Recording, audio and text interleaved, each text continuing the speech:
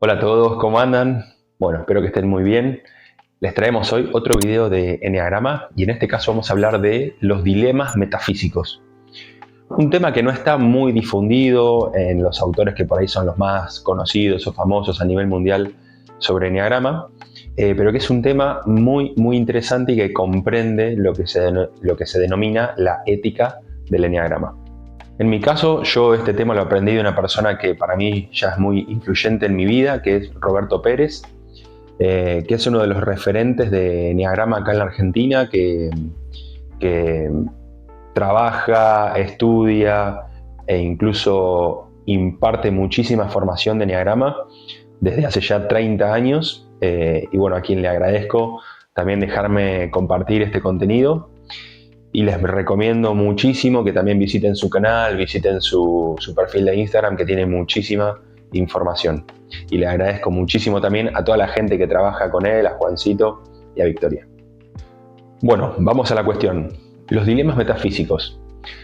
Uno entiende que los problemas que aparecen en nuestra vida siempre nos piden una resolución, ¿no? Hay que hacer tal o cual cosa.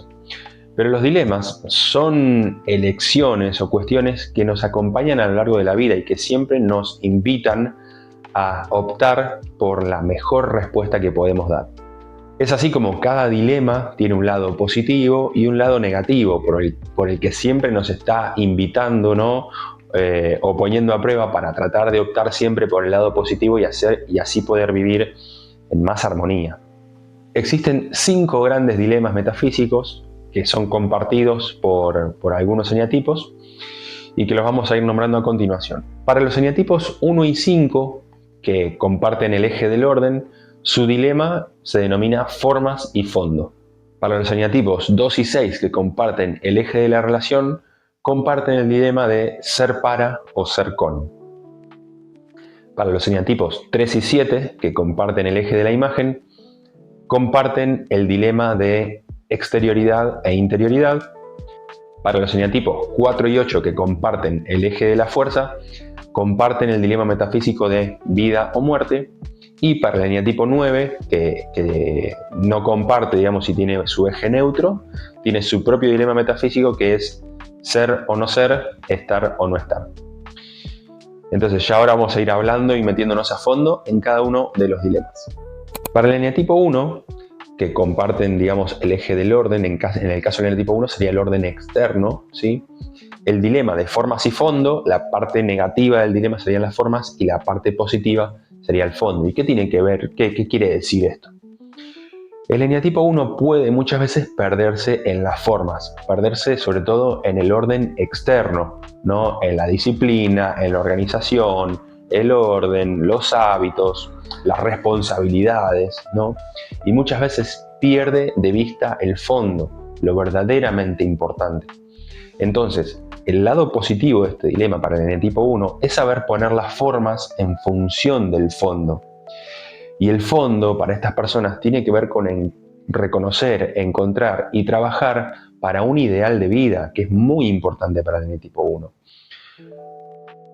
El lado negativo entonces es perderse en las formas, ¿sí? Perderse en el orden externo, en los horarios, en la organización, en que esté todo ordenado, todo limpio, y perder el fondo de la cuestión, qué es lo verdaderamente importante. Entonces, de vuelta, el dilema para el eneatipo 1 es empezar a reconocer el fondo y poner las formas en función del fondo, poner todo este orden externo, toda esta organización en función, ¿sí?, de un ideal y un propósito de vida. Para el eneatipo 2, su dilema, como dijimos, es este dilema de ser para o ser con.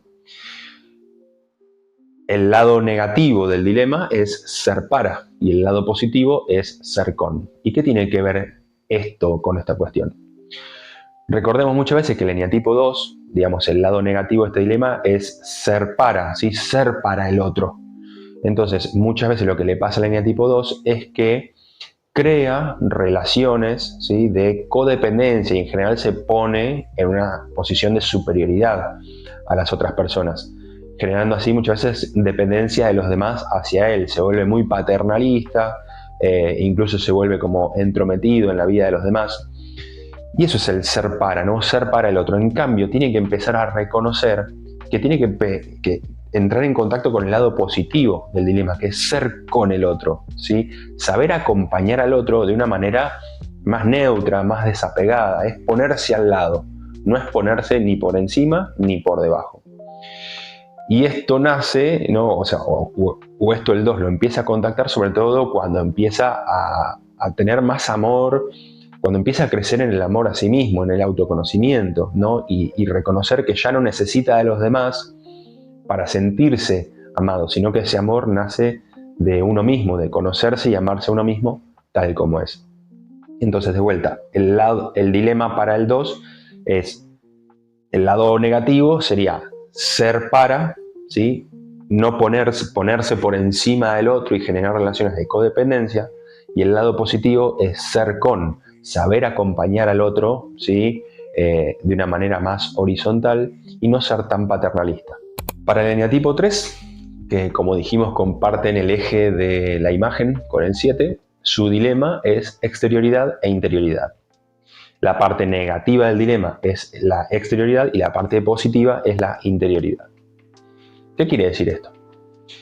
El eneatipo 3 muchas veces no se focaliza en lo exterior, ¿no? Que es esto de vivir para afuera, mostrar una imagen de éxito, de poder, de logros, ¿no? Y ponerse una máscara para ser validado y valorizado por los demás. Y este es el lado negativo, ¿no? Del dilema, porque la parte positiva, ¿y qué le pasa muchas veces al 3, ¿no? Pone toda esta fuerza, todas estas ganas, esta energía en lo exterior y se olvida de lo interior y puede terminar teniendo y logrando un montón de cosas, pero siendo muy infeliz. Entonces, el lado positivo del dilema es la interioridad, que no quiere decir que no hagan, porque eso es inherente a este tipo de personas, pero sí que pongan la exterioridad en función de la interioridad, ¿sí? Es importante que estas personas vayan hacia adentro, se conozcan profundamente a sí mismas, sepan cuáles son sus ideales, sus valores, sus propósitos, y desde esta profundidad, desde este conocimiento profundo interno y de sus anhelos y de sus deseos, salir al exterior, ¿sí? Y trabajar con toda esta fuerza, pero en conjunción con su interior, con sus ideales. Para el eneatipo 4, que comparte el eje de la fuerza con el 8, su dilema es el dilema de vida o muerte. Obviamente que el lado negativo del dilema es la muerte y el lado positivo es la vida. ¿Pero qué quiere decir esto? Tanto el eneatipo 4 como el 8 son eneatipos muy fuertes, y en el caso del eneatipo 4, esta fuerza y esta destrucción, en realidad lo que refiere el dilema muerte, es esta fuerza que puede ser destructiva, y en el caso del 4 en general es autodestructiva. Y en el caso de estas personas, cuando no logran encontrar su ideal, su propósito, y logran poner o alinear toda esta energía que tienen de manera creativa y alinearla con su propósito y con su ideal y con sus sueños, pueden entrar en procesos melancólicos, internos, muy tristes y muy autodestructivos. Y en este caso también pueden entrar hasta en pozos depresivos, pero lo que pasa es que esta destrucción, que inicialmente es propia, también arrastra con él a todas las personas que lo rodean y lo quieren. Y finalmente estas personas, desde esta autodestrucción, ¿no? Empieza a contactar con las partes más oscuras de su eneatipo, que siempre hablamos, ¿no? Que es la envidia, la comparación, e incluso empieza a generar, por ejemplo, relaciones de mucha codependencia, empieza a depender mucho de otras personas como para tener sostén económico o incluso hasta sostén emocional, ¿sí? En cambio, cuando estas personas logran elegir el lado positivo del dilema, que es la vida, ¿qué quiere decir? Que pueden poner toda esta energía y esta fuerza creativa en torno a un ideal y un propósito. Entonces, en este sentido, están eligiendo la vida, están eligiendo crecer, florecer, desarrollarse plenamente. Para el eneatipo 5, su dilema, como dijimos anteriormente, comparte eje de polaridad con el 1, comparten el dilema de formas y fondo. Y para el eneatipo 5, las formas no es el orden externo como el 1, sino el orden interno, ¿sí? Que tiene que ver con el orden teórico, el pensar, el racionalizar y el conocimiento. Mientras que el fondo, para esta esencia, es la vida misma. Entonces, ¿qué pasa? Estas personas, cuando optan por el lado negativo del dilema, que son las formas, suelen perderse en el orden teórico de las cosas, ¿sí? Suelen hiperracionalizar absolutamente todo, empezar a rumiar incluso y a hiperracionalizar y a reflexionar absolutamente todo, y se pierden del fondo, se pierden de vivir la vida. Racionalizan tanto las cosas que se pierden del vivir. Entonces, de vuelta, lo mismo que para el 1. La resolución del dilema para el eneatipo 5 es poner las formas en función del fondo, es poner todo este orden teórico y esta reflexión y esta sabiduría para poder así vivir la vida, vivir el presente, salir y vivir, salir del adentro e ir a la vida. Para el eneatipo 6, que como dijimos comparte eje con el eneatipo 2, que es el eje de la relación, comparten el dilema de ser para y ser con. Y en el caso del eneatipo 6 es el ser para, también es el lado negativo, que es ser para el otro, ¿no? De vuelta generando relaciones de codependencia, pero que en general, como el 2 solía ponerse por encima, el eneatipo 6 suele ponerse por debajo del otro. Suele generar relaciones de dependencia hacia los demás, ¿sí? Depender de los demás. Y la resolución de este dilema está en el ser con el otro, ¿sí? De vuelta, lo mismo que para el 2. Esta resolución nace de empezar a ponerse en una posición más horizontal con el otro y dejar de tener estas relaciones de dependencia y empezar a acompañar y tener relaciones más simétricas con el otro, ¿sí? Y esto viene dado en general cuando estas personas logran contactar con su lado luminoso, que aumenta su autoestima, ¿sí? Mejoran la confianza en sí mismos, en la vida, y empiezan a tomar decisiones alineadas con sus valores. Entonces ahí pueden empezar a relacionarse con los otros de una manera más simétrica. Para el eneatipo 7, que comparte el eje de la imagen con el 3, también comparte el dilema de exterioridad e interioridad. Y en el caso del eneatipo 7, la exterioridad en este caso se refiere a que viven para el afuera, viven para consumir, vivir un montón de experiencias, aventuras, personas, drogas, entretenimiento, etcétera, etcétera, ¿no? Viven para el afuera. Y la parte que dependen del afuera para ser felices. Y la parte positiva del dilema, que es la interioridad, pasa un poco con lo que le pasa al 3, es empezar a ir hacia adentro y nutrirse desde adentro para recién ahí poder salir al exterior. Y reconocer que la felicidad es interna y no depende de nada de lo que tenga o pueda ocurrir en el exterior. Entonces, cuando estas personas logran contactar con esta felicidad interna y verdadera, cuando van hacia el exterior, son personas que disfrutan la vida y que son muy agradecidas. Para el eneatipo 8, que comparte también el eje de la fuerza con el 4, el dilema es de vida y muerte. Pero si bien la muerte para el eneatipo 4 tenía que ver con esta fuerza autodestructiva, en el caso del 8, esa fuerza es hacia afuera, ¿no? Entonces es una fuerza en general destructora hacia afuera, perdón. Pero ¿qué es lo que quiere decir esto? Desde esta personalidad tan fuerte, tan dominante y hasta a veces muy agresiva que pueden tener estas personas, pueden dañar y destruir a las personas que viven con ellos, ¿no? Y eso también genera finalmente una retribución autodestructiva, porque pueden, por ejemplo, generar una discusión y ser completamente agresivos. Se va, vuelve y como que hace de cuenta que no pasó nada y en realidad están todos mal. Entonces eso también termina golpeándolo a sí mismo. Entonces, para el eneatipo 8, el elegir la vida, en este caso, tiene que ver con poder controlar toda esta energía y esta fuerza que tiene que puede generar destrucción. Y es poner esta energía en congruencia con un ideal de vida, con un liderazgo positivo, porque son personas que cuando están en luz, son personas muy fuertes, muy cálidas, muy tiernas y muy magnéticas también, ¿no? O sea, porque son una fortaleza muchas veces para el otro. Entonces, cuando logran poner esta fuerza en orden de un liderazgo positivo y en congruencia con un ideal o un propósito, son personas que son capaces de lograr cualquier cosa que se proponen.